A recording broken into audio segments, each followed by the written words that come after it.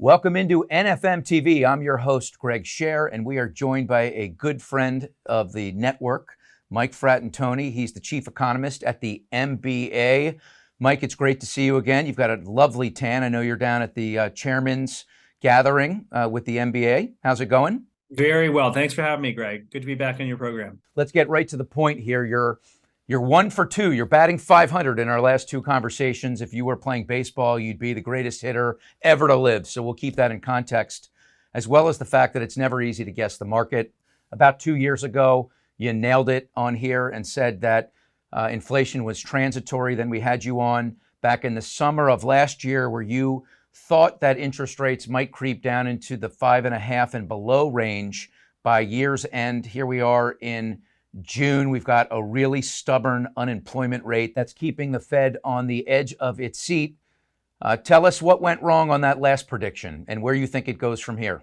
I would say qualitatively, we're still in the same place as we were 6-9 months ago. So we see the U.S. economy slowing. Why? Well, you have credit tightening really across the board. That's only been accentuated by the bank failures that we saw this spring. You see businesses slowing their pace of activity. And also you have the cumulative impact of 5 percentage points of increases in the short-term rate. So you're right, the job market's held up better than anybody would have guessed, but we're even seeing some signs of cracks there. So no one wants a bad economy, but we do expect that the cumulative impact of all these forces will slow the U.S. economy, and that will bring rates down. So we're still thinking 5.5% end of this year. What went wrong in that forecast? What was one thing that really stood out that you could not have anticipated?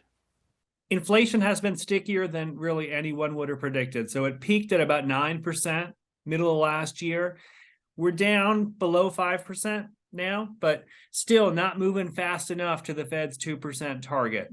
Existing inventory down 23%. Want to know what is going to be the catalyst to spurring enough activity to get the mortgage business back humming again? It is beneficial that builders have been active, and so we're seeing more new home inventory on the market. But because of that lock-in effect, the fact that you have so many owners that got that 2.5 or 3% rate, thanks to so many of the folks in our industry during the refi boom, they're just not that interested in moving right now. I think a year, 2 years from now, life happens, right? You get married, you have kids, you get a new job.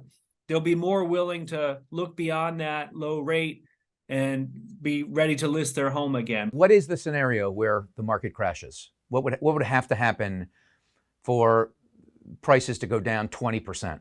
You would need a high level of distress in the market, and we're just not seeing that right now. We put out our national delinquency survey on a quarterly basis. As of the first quarter, the delinquency rate is the second lowest level it's ever been, going back to 1979. So, if unemployment, instead of going to 5% for our forecast, if it went to 10%, we'd see distress in a hurry. But that's just not a likely outcome given the macroeconomic dynamics we're seeing right now. What would it take to get originations, certainly not at 2000, pandemic levels, but in an area where we're looking at a top 5 year again? To really get much higher than sort of 2.2 to 2.5 over the next couple of years, it would be rates dropping back down into, threes again. And it could happen. Don't think it's likely, but that's really what it would take to drive rates low enough to the stat that you referenced, get people with the 3% mortgage rate interested in refinancing again. So what's that mean for IMBs? We've seen a lot of consolidation. We've seen some companies go out. Do you think that that trend is going to continue, or do you feel like the market has flushed out those that aren't going to be around anymore? Our data has showed on the production side 4 quarters where your typical IMB is losing money on production. Those that have a servicing book have been able to offset that to some extent because delinquencies have been so low. MSR values are generally pretty strong given the slow prepayment speeds.